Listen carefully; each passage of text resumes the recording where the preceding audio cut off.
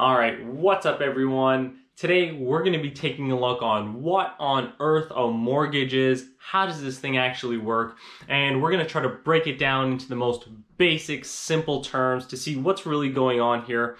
And this might help if you are looking to buy a new house and you're going to get yourself in a mortgage, or even if you already have one, this is going to help. So we're going to take a look at this, so let's go.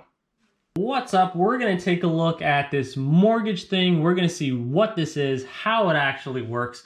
And you know what? I had no idea this is how you actually spelt it. So we're going to get into learning what this thing is, this weird word. What is it? How does it come into play? So let's just say, you know what?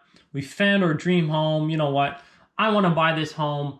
This is it. So, you know what, and if you buy something like this where I'm in Toronto, this is going to be like $2 million. So, yes, this right here, $2 million. So, let's just say that, you know what, we want this house, we put down a down payment on it. The rest of the balance is going to be loaned to us, and we're going to pay that off over a period of time.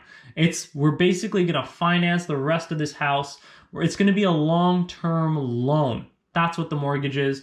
So we're going to take some nice, easy numbers to take a look at what an example might look like. So we're going to say this house costs $1 million.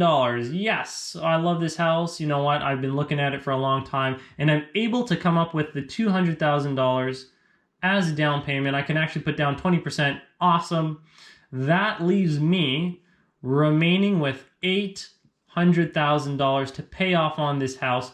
So this is going to be what we take out as our mortgage for the remaining balance to pay off this house. So any loan, it's going to have some terms with it. We're going to just say that, you know what, we're going to get this for 4%, and we're going to do this for 30 years. Holy smokes, 30 years. That's going to be a long time. No wonder these things take so long to pay off. All right, so what does this look like in practical terms? So we took out our $800,000 at 4% for the next 30 years. This leaves us with a monthly payment of $38.04. So for the next 12 months and 30 years, we're going to be paying this month, and we're going to finally pay off our mortgage after that amount of time. So you know what? We're just going to pay what does this look like? Well, over a course of a year, we're going to have paid just about $45,000, 648. Over the course of a year, we're going to pay $45,000 for the next 30 years. Now, this is where the surprising part took me. You know what? It's like we have two parts to this equation. We have our principal balance, which is the $800,000. Then we have interest that we pay on this loan, the 4%. Now, how much do you think we have paid after that first year? So this is 1 year of paying our loan.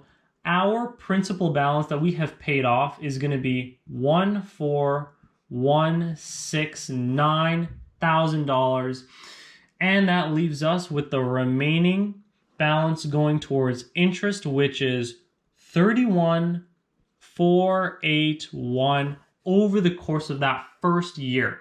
So most of this is actually going towards interest instead of this principal balance of $800,000. And you know what? This struck me by surprise because I always thought that this mortgage payment was the principal balance with 4% in on it. Every single payment straightforward. So it's actually not structured like that. Most of the beginning payments go towards interest, and then it kind of evens itself out over time, where most of the principal gets paid off later on in the loan, but for now it's just interest. Now, what does this look like over the course of the first 5 years? For the first 5 years, we're going to pay this balance of $3,800 every month for 5 years. This is going to come up to almost $30,000, $228,000 for the first 5 years. So we're going to take a look at our principal payments again and our interest payments to see how this breaks down. So principal payments come up to a total of $76,805. So only $76,000 of this $200,000 is going towards the principal balance. Let's see how much is actually going towards our interest. Well, 1, 1.5444 is actually going towards interest. And you know what?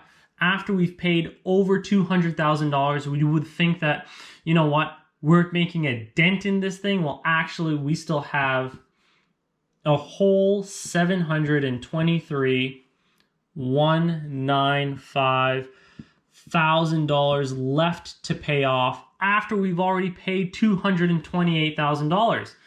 So, you know what? We're going to keep going to see what this actually looks like. Okay, so at the end of the 30-year mark, we will finally have paid off our remaining balance, our mortgage that we took out on the rest of the house, which was the $800,000 after those 30 years, and making these payments every single month.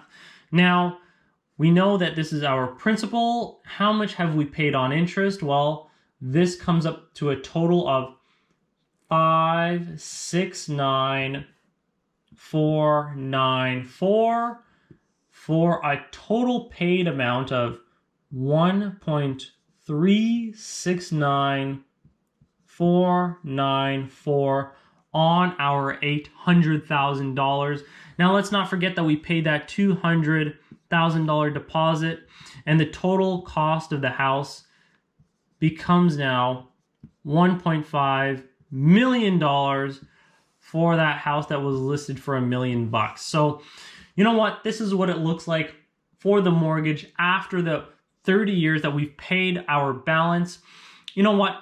Is there some way that this can work a bit better? We're going to take a look at, you know what? How could this work possibly a bit better than paying $1.3 million for our $800,000 loan? Now we know that when we take out our $800,000 at 4% for 30 years, this is our monthly payment, and it comes up to a grand total of $1.3 million at the end of those 30 years. So, you know what, can we avoid that? What are some things that we can do? Well, we can do our extra payments.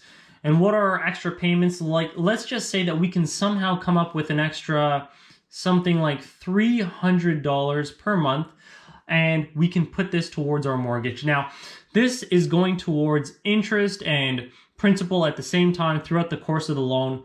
This, if we can come up with this, let's say this is taken out on the 30th of every month, we drop this in at the 15th, right at the beginning, at the middle of the month before our mortgage payment, we're going to slip this in. Guess what? This is going to go directly towards the principal balance. No interest on this money, and it doesn't seem like a lot, but it's going to be going towards the principal balance. And what does this equal out for us over the course of the whole loan? What can we expect? Well, we can expect a savings of over $80,000, and we're going to save about 4 years on our mortgage if we can slip in a principal payment of $300 a month on top of that. So, you know what? That's pretty good savings. What if we kick it up a notch? Let's say we can actually come up with a $600 a month payment on the 15th. In the middle of every payment cycle, we do this for the course of the loan. What is this going to possibly look like for us? Well, a savings of $14500, and we're going to save almost 7 years on our loan if we just make a $600 payment in the middle of every month towards our principal balance. Because again, this is not going to be going towards interest. This is going right to the root of the principal balance that we're trying to pay off. So those are some ideas that could possibly help with the mortgage and how it may look like long-term getting ourselves into a mortgage. And you know what? This $600, it could be used for that, but it could also be used for something. Let's just, we're paying towards our 4%. If we can make upwards of 4%, you know what? You can also put this money somewhere else and you'll be netting above that. So things will be working out too as well. But here's an option. Let me know if this helps, if this layout makes any sense, and if it helps, drop a comment. Let me know what you thought of it, and thank you for watching.